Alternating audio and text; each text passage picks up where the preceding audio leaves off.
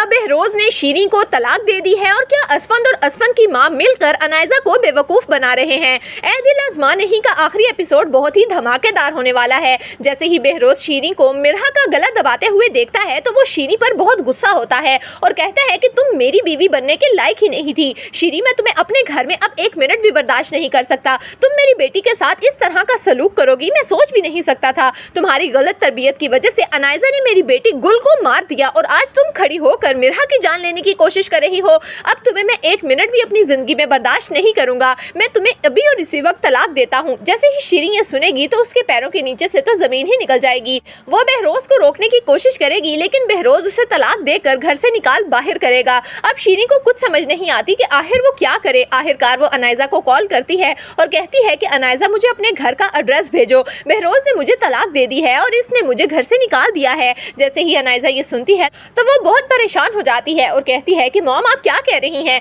Dad ऐसा कैसे कर सकते हैं? मैं आपको अभी लोकेशन भेजती हूँ, आप फौरन यहाँ पर आएं। जैसे ही शीरीन अनायजा के फ्लैट में पहुँचती है तो अनायजा अपनी माँ की हालत देखकर बहुत परेशान हो जाती है और कहती है कि मॉम, ये सब कुछ कैसे हुआ? जिस पर शीरीन कहती है कि ये सब कुछ मिरहा की वजह से हुआ है। मिरहा और गुल ने मेरी जिंदगी तबाह कर दी है। इन्हीं की वजह से आज मैं बेआसरा हो चुकी हूँ। इतने में असफंद वहाँ पर आता है और शीरीन को देखकर कहता है कि चची जान, आप यहाँ पर क्या कर रही हैं? जिस पर शीरीन कहती है कि असफंद बेटा, क्या तुम अनायजा से मोहब्बत करते हो? जिस पर असफंद कहता है कि जी, मैं इससे बहुत मोहब्बत करता हूँ। शीरीन कहती है कि ठीक है, अगर तुम अनायजा से मोहब्बत करते हो तो मैं तुम्हारी शादी करवाने के लिए तैयार हूँ, लेकिन तुम्हें एक शर्त माननी होगी। तुम्हें मिरहा को छोड़ना होगा। मिरहा और तुम्हारी शादी एक जबरदस्ती का रिश्ता है। मैं जानती हूँ कि तुम मिरहा के साथ खुश नहीं हो, इसीलिए उसे तलाक दे दो और उसे आज़ाद कर दो। जिस पर असफंद कहता है कि अगर मैंने मिरहा को छोड़ा तो मॉम मुझे जायदाद से आग कर देंगी। आप बहुत अच्छे से जानती हैं, लेकिन अगर अनायजा मेरे साथ इस फ्लैट में रहना चाहती है तो ठीक है, मैं अपनी जायदाद छोड़ दूंगा, कोई छोटी मोटी नौकरी कर लूंगा और हम अच्छा गुजारा कर लेंगे।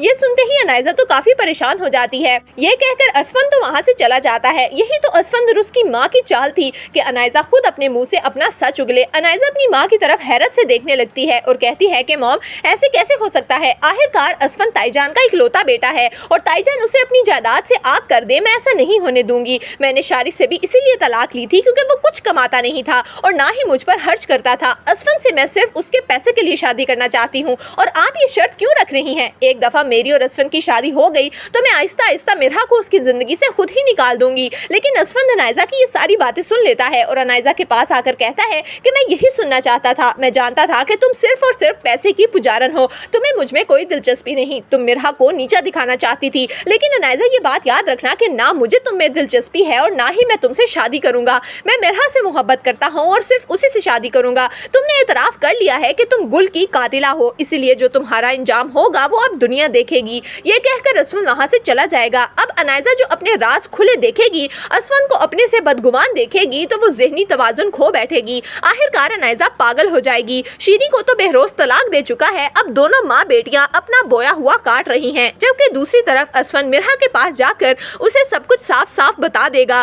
पहले तो मिरहा असफंद पर भरोसा नहीं करेगी, लेकिन ताईजान मिरहा को समझाएंगी कि ये सब कुछ हमारा प्लान था और मैं जानती हूँ कि मेरा बेटा तुम्हारे अलावा किसी के बारे में सोच भी नहीं सकता। आखिरकार मिरहा और असफंद राजी हो जाएंगे और मिरहा के घर एक प्यारा सा बेटा पैदा होगा। तो दोस्तों, आपको इस कहानी का अंजाम कैसा लगा? अपनी कीमती राय हमें कमेंट्स में जरूर दीजिएगा।